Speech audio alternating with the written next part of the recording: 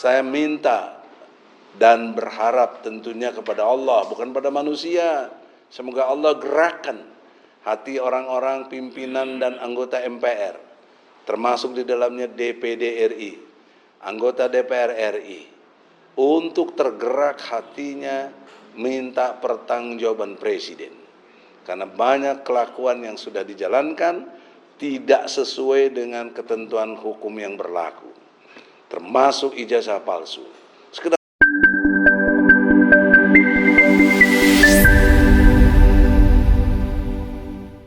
Saya mulai dari perjanjian sumpah oleh Presiden Republik Indonesia berdasarkan pasal 9 Undang-Undang Dasar 1945. Di dalam pasal 9, demi Allah sebagai Presiden dan Wakil Presiden akan menjalankan undang-undang dan peraturan lainnya sebaik-baiknya dan seluruh-seluruhnya demi nusa dan bangsa.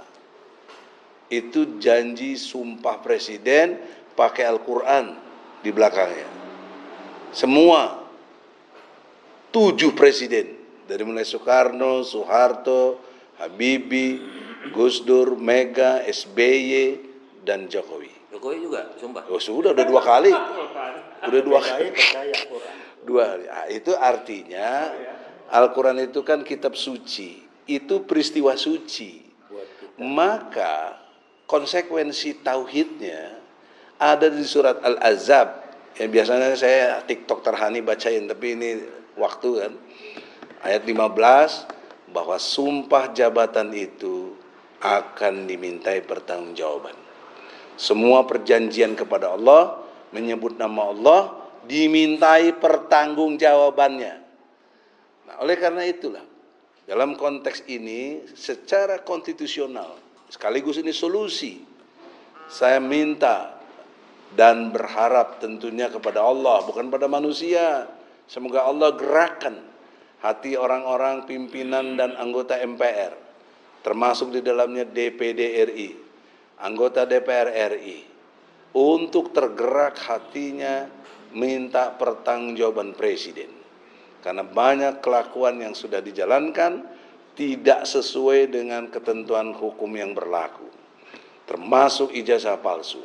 Sekedar catatan saja, bahwa blessingnya dari kita gugatan tahun 2022 di PN Jakarta Pusat, dimentahkan dengan ditangkapnya Bambang Tri dan Gus Dur, maka peristiwa perdata yang merupakan kewajiban kami harus membuktikannya berpindah menjadi wilayah hukum pidana.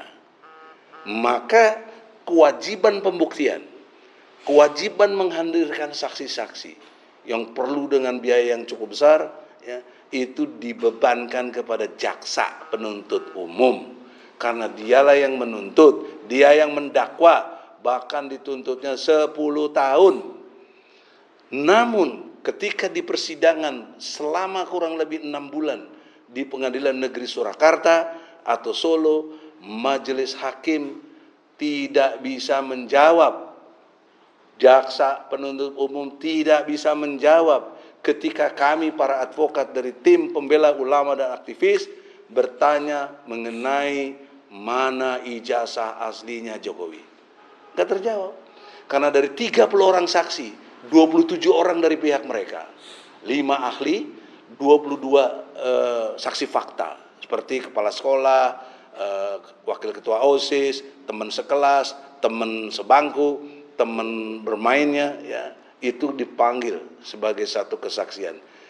Dan menariknya, tidak satu pun dari mereka pernah lihat ijazah aslinya. Oleh karenanya, jaksa penuntut umum tidak mampu menjelaskan, memperlihatkan mana ijazah aslinya. Tapi anehnya, tuntutan jaksa 10 tahun. yang 10 tahun tersebut justru dikabulkan oleh majelis hakim dengan tuntutan diputuskan menjadi 6 tahun. Itulah kita banding, diturunkan menjadi 4 tahun.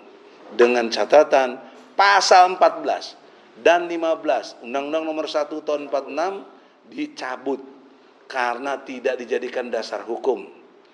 Dan kemudian terakhir kita lihat MK pun juga telah mencabutnya undang-undang tersebut. Maka logika hukumnya seharusnya bebas demi hukum.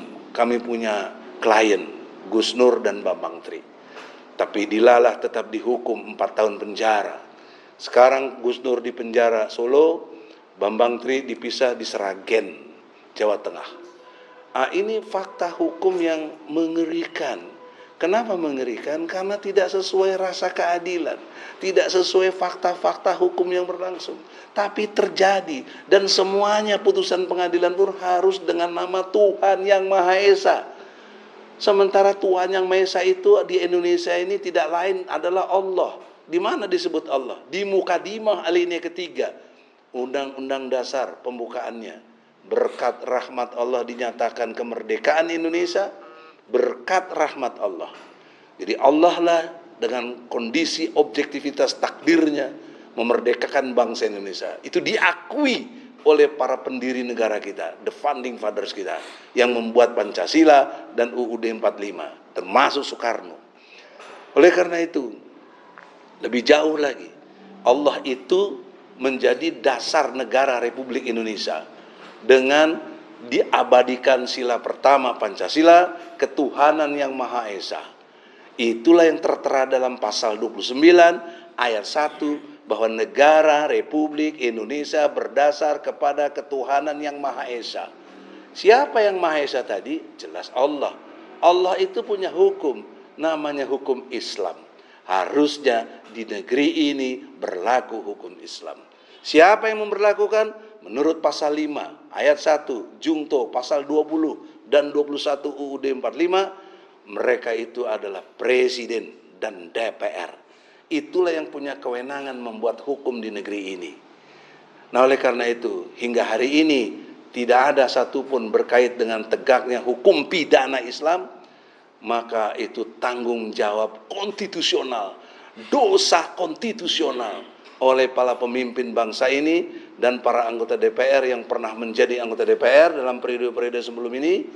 Mereka akan dimintai tanggung jawab oleh Allah sesuai tadi surat Al-Ahzab ayat 15. Karena kalian sudah berjanji waktu menjabat, sudah bersumpah demi Allah akan menjalankan undang-undang sebaik-baiknya dan seluruh-seluruhnya, tapi kalian hianati.